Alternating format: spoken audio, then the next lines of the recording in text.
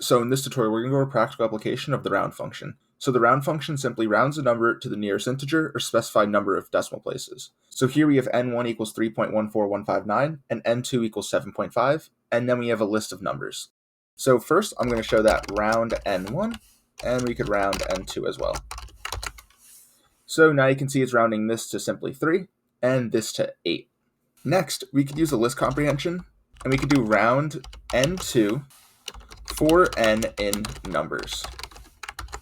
Here we can see we rounded each number here to 2 decimal places.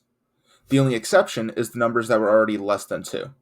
We could also change this to 4 and now round it to 4 decimal places. We can also use this to filter with n for n in numbers if round n2 equals n. Now what this is doing is essentially returning any numbers that are the same when rounded to 2 decimal places. Now these are rounded to 1 decimal place, so they're being returned, but say we change this to 4, we could see this is containing anything that is equal to 4 decimal places in the original list. Now this is some practical application of the round function, and I hope that helps.